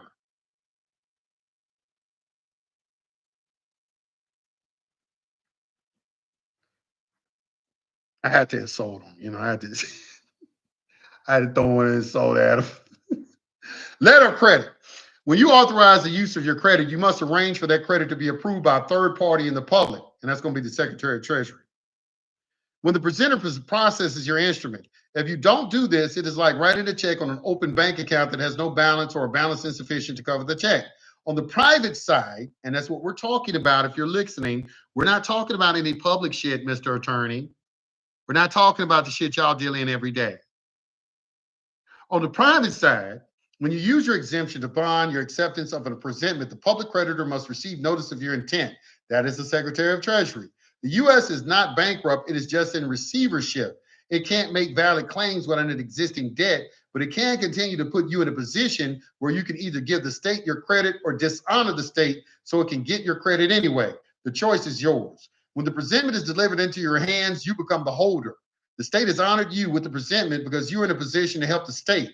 When you endorse it as a holder, you are assigning the property, interest, and some associated substance equal your credit related to the presentment to someone else. If the presentment is signed by Jim Black, it should be returned to Jim Black, whoever signed it. If the signature on the presentment is only a logo and there's no other signature, the presentment should be returned to the name and address of the logo or the letterhead. In that case, no man has accepted the commercial liability for the presentment. And that's when you get these boilerplate documents, computer-generated letters, and things like that nobody wanted to sign or take liability on. That does not really matter. You're not doing a conditional acceptance. You're full acceptance. You don't care about anyone else's liability because you're agreeing to be fully responsible. The United States and all of its officers, agents, employees have no commercial capacity to really make claims without evidence of an existing debt. That does not mean the state will not make it look like it is making claims. It needs your credit. So it is going to go through all the motions of making claims. Do not embarrass state agents and point out that it has no commercial energy. It is your job to use your commercial capacity, fulfill the requisition without making it look too obvious to the public. You're coming in from the private side to provide your credit for the public's use. Most of the public do not know the state has no commercial capacity to bring claims. Keep your superior knowledge to yourself. The public is not ready for full disclosure of this as of yet. This is why you never see nothing in the public record. This is one of the first things I read, and I've been teaching this since day one. So when someone comes along and they try to say, I'm teaching this or teaching that, I'm like, what are you talking about? I've been consistent on what I've been teaching since day one. Hell, I made a video out of this document right here. I made videos out of it. So when you come on my channel, at least take the time to do your due diligence. You are the creditor because in the private, that's where the substance is. That gives value. Your signature is what gives value to negotiable instruments because you are promising to provide your labor in the future for the satisfaction of an obligation.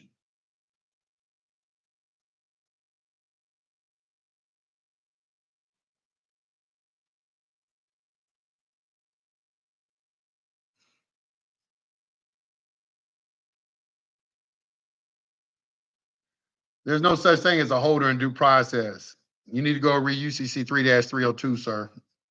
You sit in there and talking about holder in due process. Sounds stupid. All right, what time is it? Okay, I've been going 2 hours. I guess I'll do a part 2 to this tomorrow. I'm gonna do a part 2 to this tomorrow. Y'all take this. Do your research on the things that I'm saying. Listen to this video over and over again. I kind of ran through some things. Read the documents that I'm telling you to read. You'll start. Listen, when you read something over and over again, the first time you may not understand it. You read it the second time, you get a little bit more understanding. The reason when you read something over and over again, the brain cells in your brain start to form and reshape themselves to be more receptive to the information. That's why you have those aha moments and all of a sudden you understand something. First, you didn't understand it, but you give that time, the brain cells time to start reforming themselves, and now it's receptive to the information, and all of a sudden you have enlightenment and things become clear to you. You're not going to understand something just reading it one time. You're deluding yourself. You need to read something at least 7 times to master it. All right. With that being said, like, comment, and subscribe. I have an email list. Make sure you get on the email list. Make sure you become a member. If you want to just get all the information I got off my website, it's $49.99. For anybody listening, that's all I charge, $49.99. I don't understand what these guys are talking about. You know, he's doing a action video. You over there charging? I'm like, what? You're crazy. I got past that a long time ago because I see that what is missing is understanding. Somebody needs to provide some sort of understanding of what is going on. And you guys ain't gonna do it. Y'all just gonna call people crazy and continue to want them to just go hire attorneys and take plea deals and go to prison. That's what you're asking people to do. Because that's the other option that you're offering. Take a plea deal, go to prison. Take a plea deal, go to prison. That's the only option that you're giving people. And people are not, and people who really are innocent, they don't want to take that option. I got a guy right now, he got shot, and y'all charged him. And now you want to put it, he got to fight something. And like, goddamn, I'm the one that got shot, and he got to fight something. The ridiculous shit that I see that y'all charge people with is just crazy. You know, it's some ridiculous shit. Y'all know you're an attorney. You know it's ridiculous. Some of the shit y'all do is ridiculous. I'm not talking about the murderers and people like that, rapists. I ain't talking about them. You know what I'm talking about. Anyway, peace to the gods. I'll see y'all tomorrow. I got to go to bed and get some rest because it is late here. Peace to the gods. See y'all on the next live. Peace. I'm out.